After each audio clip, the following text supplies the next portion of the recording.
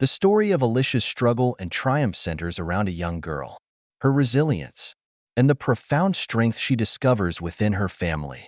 What follows is a narrative that explores themes of prejudice, courage, and redemption. Let's dive into this poignant journey. Alicia loved the playground.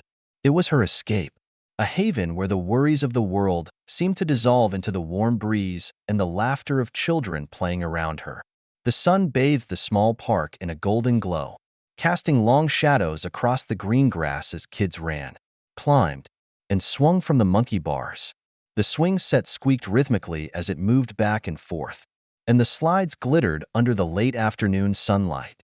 The air was filled with the sounds of childhood, innocent, carefree, and light. But for Alicia, the playground had become a battlefield.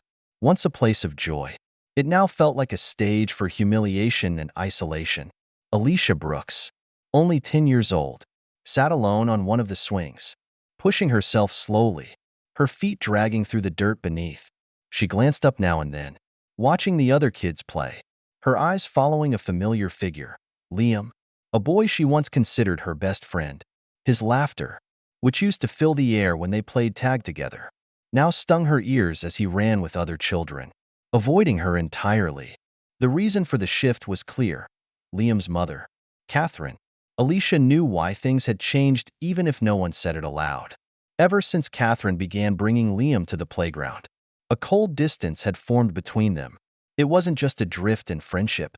It was something much darker, something Alicia could feel every time Catherine's sharp gaze landed on her. Catherine was standing near the park's entrance now, arms crossed, her eyes locked on Alicia with disapproval. Her posture was rigid, as though she were prepared to march across the playground at any moment and remove her son from Alicia's presence. The tension was palpable, like a storm waiting to break. Liam. Catherine's voice sliced through the air, sharp and impatient. Liam stopped mid-run, turning his head toward his mother. "Come here.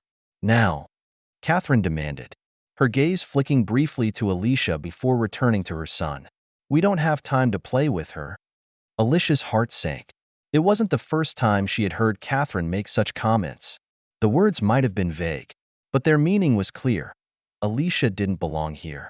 Not in this neighborhood. Not on this playground. Not near her son. Liam hesitated for a moment, glancing back at Alicia. For a brief second, their eyes met, and she saw a flicker of something, apology, maybe even regret, but it was gone as quickly as it appeared. Obediently, he jogged over to his mother without a word. Alicia dug her toes deeper into the dirt, willing herself not to cry. She refused to give Catherine the satisfaction. Instead, she stood and walked to the jungle gym, climbing to its highest platform. From there, she could look out over the park. Everything seemed smaller from this height, but even from up here, she couldn't escape Catherine's voice in her head. The playground had always been her sanctuary, but now it felt like a prison, its invisible walls closing in around her. The other children played on, blissfully unaware of the silent battle raging in Alicia's heart. She clenched the railings tightly, searching the crowd for someone, anyone, who might invite her to join. But no invitation came. Days passed, and Alicia's isolation deepened. Each time she visited the playground, Catherine's glares and snide remarks became more overt. "Maybe you'd be more comfortable somewhere else," Catherine sneered one afternoon, her voice loud enough for the other parents to hear. Alicia's face burned with humiliation, but no one stepped in to defend her. The other parents exchanged glances but said nothing, their silence speaking volumes. Even Liam's behavior had shifted entirely. The boy who once shared secrets and laughter now avoided her like a stranger. It wasn't long before the other children followed his lead. Alicia became an outcast, her presence ignored or actively avoided. One evening, after another painful encounter, Alicia trudged home. Her mother noticed the tear-streaked face Alicia tried to hide. "Alicia, what's wrong?" she asked gently. "Nothing," Alicia whispered, brushing past her and retreating to her room. She locked the door and buried her face in her pillow, her small body trembling with sobs she couldn't contain.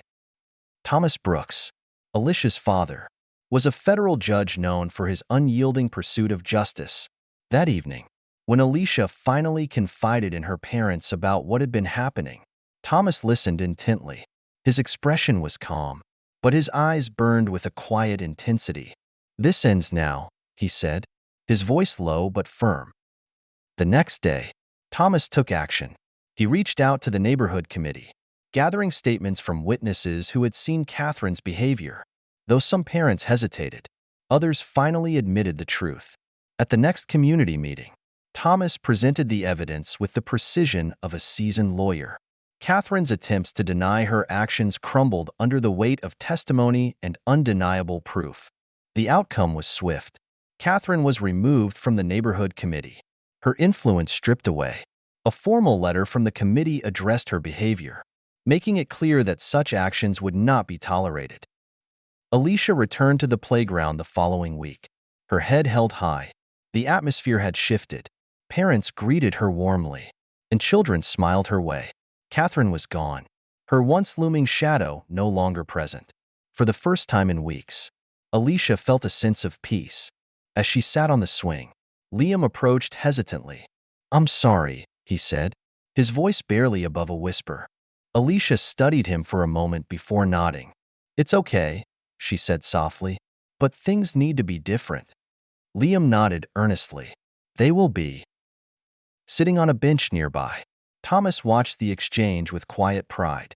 Alicia had stood up against prejudice and isolation, proving that even the smallest voices could spark meaningful change.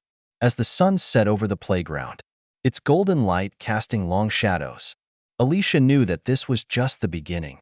Together with her family and community, she had reclaimed her place in the world. Thank you for watching this story unfold. Subscribe for more tales of resilience and hope, and let us know in the comments where you're watching from.